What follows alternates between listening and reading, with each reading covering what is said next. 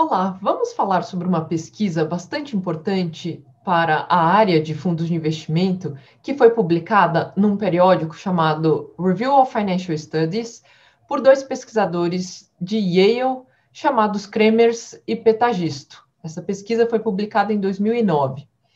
Qual era a pergunta que eles se propunham a responder com o paper deles?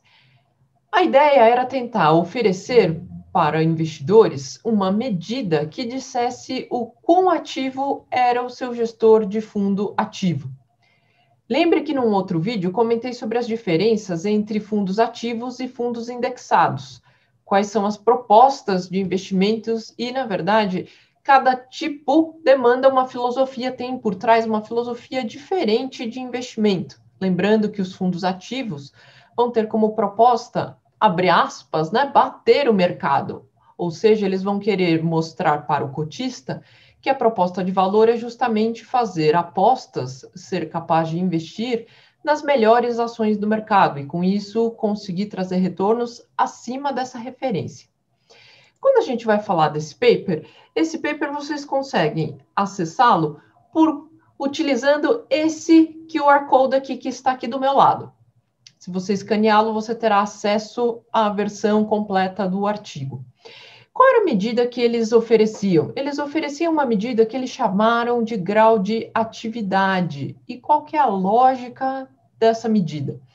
Essa medida vai ter por objetivo tentar quantificar em qual tamanho, qual magnitude das apostas que o fundo faz que são diferentes da do índice. Olhando um pouco para a equação, o que é que a gente tem?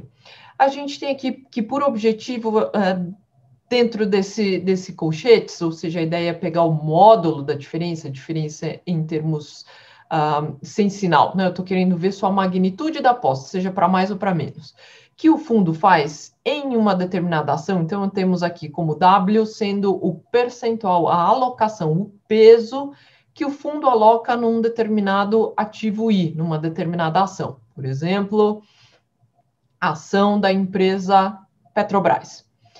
Então, eu quero saber, né, e eu vou medir o quanto o fundo faz uma aposta diferente quando eu pego qual é a alocação, qual é o percentual do fundo que está alocado nessa ação da Petrobras e ver a diferença com o peso que a ação da Petrobras tem, por exemplo, no meu índice de referência. E quando a gente vai falar dos índices de ações para os fundos ativos, o principal deles é o Ibovespa. Existem alguns outros que vão ser contra a IBRX ou IBRX 50, mas o principal índice é o índice Ibovespa. Então, assim, na essência, o que é que eles oferecem como proposta de medida? Tentar olhar o quanto, em relação ao que está lá já definido como o percentual dessa ação no índice, esse fundo está fazendo de uma aposta diferente. A ideia de fazer, né, tirar o módulo aqui, então, de novo, né, seja para mais ou para menos, você quer medir essa diferença que eles fazem, o que eles fazem diferente do peso do fundo, para todas as ações do fundo e conseguir trazer isso, traduzir isso numa medida, o que eles vão chamar de active share. Quando a gente vai falar sobre levantar as informações, primeiro você consegue levantar a composição do índice, e aqui no caso eu peguei do Ibovespa, né, levanta onde eu obtenho essa informação. Você obtém essa informação no próprio site da B3.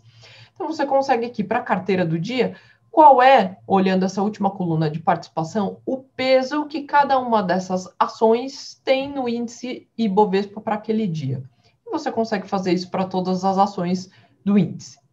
Da mesma forma, você consegue entrar no site da CVM, como um vídeo que o Ricardo já mostrou sobre a documentação que os fundos são obrigados a enviar para a CVM, e levantar qual é a composição da carteira do fundo, no que esse fundo investe. E você vai ter essa posição mês a mês.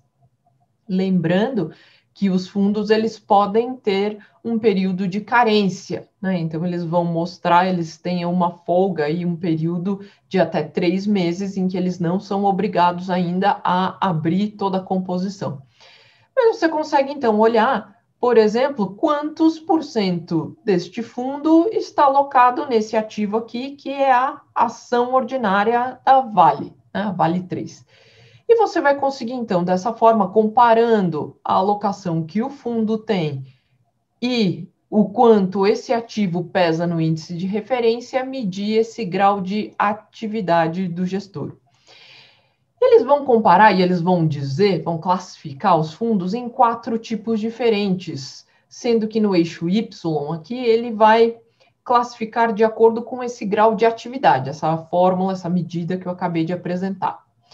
Teremos fundos que vão ser mais ativos, ou seja, eles vão ser mais diferentes do seu índice de referência, e outros que vão ser com um grau de atividade menor, ou seja, serão mais parecidos com seus índices de referência.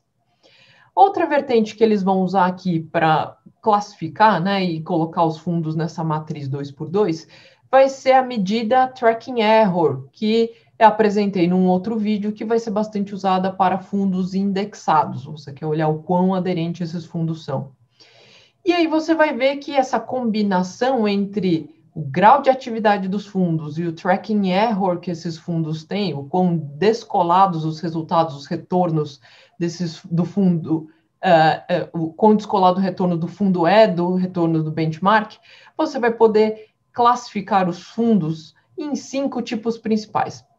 Primeiro, esse aqui bem no cantinho, em que o grau de atividade vai ser 0 e o tracking error vai ser super baixo, vão ser fundos puramente indexados. Então, essa é a lógica, isso é o que é esperado de um fundo indexado, que ele não faça nenhuma aposta diferente do índice de referência e que, por isso, os seus retornos vão ser super aderentes com o benchmark. Ele vai dizer que existem fundos em que o grau de atividade vai ser maior e esses fundos vão ser fundos que vão fazer apostas mais específicas, por isso que eles vão falar que vão depender mais de stock picks, vão ser essas pinceladas, né? Vão ser essas apostas em ações específicas, que podem ser mais diversificadas ou mais concentradas, dependendo do quanto isso vai gerar retornos maiores ou menores. Por isso que aqui o grau de atividade vai ser alto, ou seja, a divergência em relação ao índice vai ser alta, mas esse tracking error pode ser maior ou menor, e isso vai indicar se essas apostas que o fundo faz são mais concentradas ou são mais diversificadas. E aí, quando a gente vai falar de grau de atividade mais baixo, você vai ter aqui o que ele vai chamar de fundos que são ativos, mas são disfarçados, por isso que ele vai chamar de closet indexing. Eles vão se referir como fundos que se colocam como fundos ativos, mas se a gente for analisar o tipo de aposta, o tipo de performance que ele apresenta, na prática eles são fundos indexados disfarçados. E vão ter os outros fundos que vão ser os fundos que vão apostar, vão fazer apostas em mais fatores de risco, que a gente vai falar em outro vídeo sobre a parte de modelos fatoriais e a aposta em fundos de investimento. Mas essa acaba sendo uma matriz bastante interessante para você mapear e entender um pouco mais sobre os tipos de fundos ativos e passivos que você pode ter na indústria. Espero que com isso vocês tenham entendido um pouco mais sobre essa medida e sobre esse paper bastante importante no mercado de fundos, que vai falar sobre essa medida chamada de grau de atividade, e que com isso você investigue um pouco mais os fundos antes de investir. Até a próxima! E invista com ciência.